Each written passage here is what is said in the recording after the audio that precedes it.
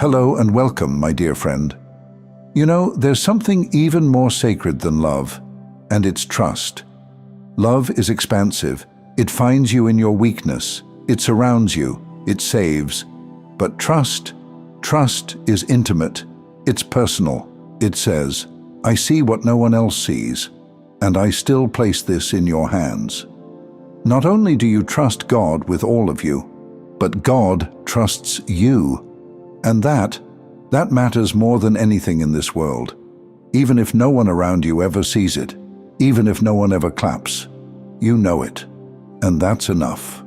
And deep down, you know this was never random. You weren't given a heavy life because you needed to be humbled. You were entrusted with weight because God already knew something about you that you hadn't fully remembered yet. He didn't just love you, He trusted you. Not with comfort, not with ease, but with spiritual assignments disguised as burdens. And here's the thing, you came out of all of it, with your integrity intact. You didn't just survive, you survived with softness, with a heart that still knows how to feel, and a soul that still knows how to stand. That's not normal, that's not common, that's sacred. The things you've had to carry, the things no one saw, no one helped you lift, no one could name, weren't accidents. They were evidence. Evidence that heaven considered your shoulders strong enough for what others would have dropped. Not because you were better, but because you were built differently. And the wild part, you didn't ask for this.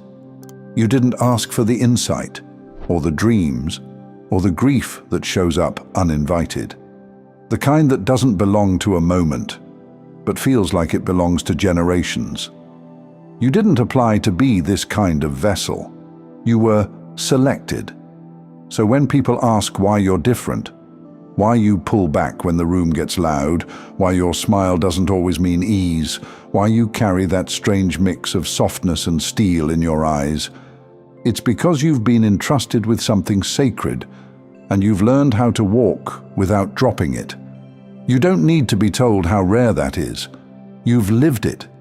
Years of emotional restraint, spiritual isolation, learning how to be your own witness when the room goes silent. That's trust. Not the flashy kind, the eternal kind. Most people think being trusted by God looks like promotion, a title, a blessing, a public yes.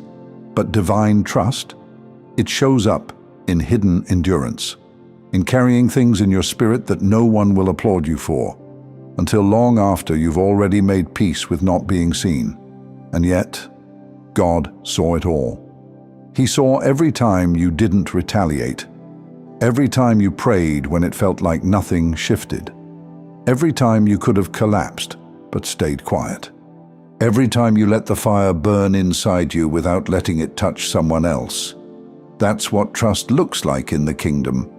You weren't just trusted to hold the weight, you were trusted to hold it well.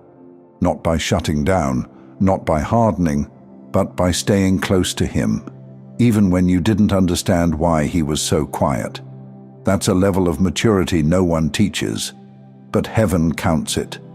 Every time you forgave without a headline, every time you cried behind closed doors and still encouraged someone else, every time you gave peace when you had none left for yourself, you were qualifying for a reality you couldn't even see yet. And now it's shifting. Not because God suddenly sees you differently, but because you're finally starting to see yourself through His lens. You're realizing the weight wasn't just resistance, it was refinement. The way you've carried it all, without spectacle, without self-pity, without trading your softness for safety, that has made you into someone heaven can trust in any atmosphere. This next chapter isn't a gift. It's what happens when you've been trustworthy with the unseen. So here's the truth. God didn't just keep track of your faith. He kept track of your restraint, your self-control, your quiet obedience in rooms full of noise. He didn't just notice when you trusted Him. He noticed when He could trust you. And that's what most people will never understand. They'll see the fruit, but they'll never know the roots. They'll admire your light, but they won't know how many nights you cried in the dark just to keep it lit. They'll think your calm is natural, but you'll know it was trained in fire, because heaven didn't hand this to you casually. This wasn't a gift. It was a spiritual assignment, wrapped in silence, wrapped in misunderstanding, wrapped in weight that would have crushed a different kind of soul. But you carried it with reverence, and God never forgot that. Here's what's unfolding now, and you don't need to chase it, prove it, or earn it. Because of how you've walked, because of how you've listened, because of how you've continued to show up even when it cost you. There are doors that are being opened for you without announcement, not because of your effort, but because of your consistency in private. This is where divine trust turns into divine transfer. And don't be surprised if the next chapter of your life feels like a room you weren't invited to. That's how it will start. But here's the truth. You weren't invited, you were sent. Not because you needed validation, but because God is placing you where trust is needed more than titles. Where your calm will steady leaders, where your words will activate healing, where your presence alone will expose lies. Because spiritual trust doesn't show up as applause, it shows up as a placement. You've already proven you can handle being overlooked. Now heaven's going to show you what happens when you're finally seen by the right ones.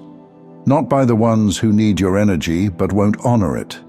Not by the ones who only understand you when you're useful, but by the ones who recognize this one carries something holy and it's not for show. You're not being promoted, you're being revealed. There's a difference. Promotion suggests you went higher, but revelation means what was always there is now being seen. You've carried divine qualities for years. Compassion that breaks generational cycles, discernment sharp enough to protect without ever using a sword, patience that most wouldn't notice until it saves someone else's calling.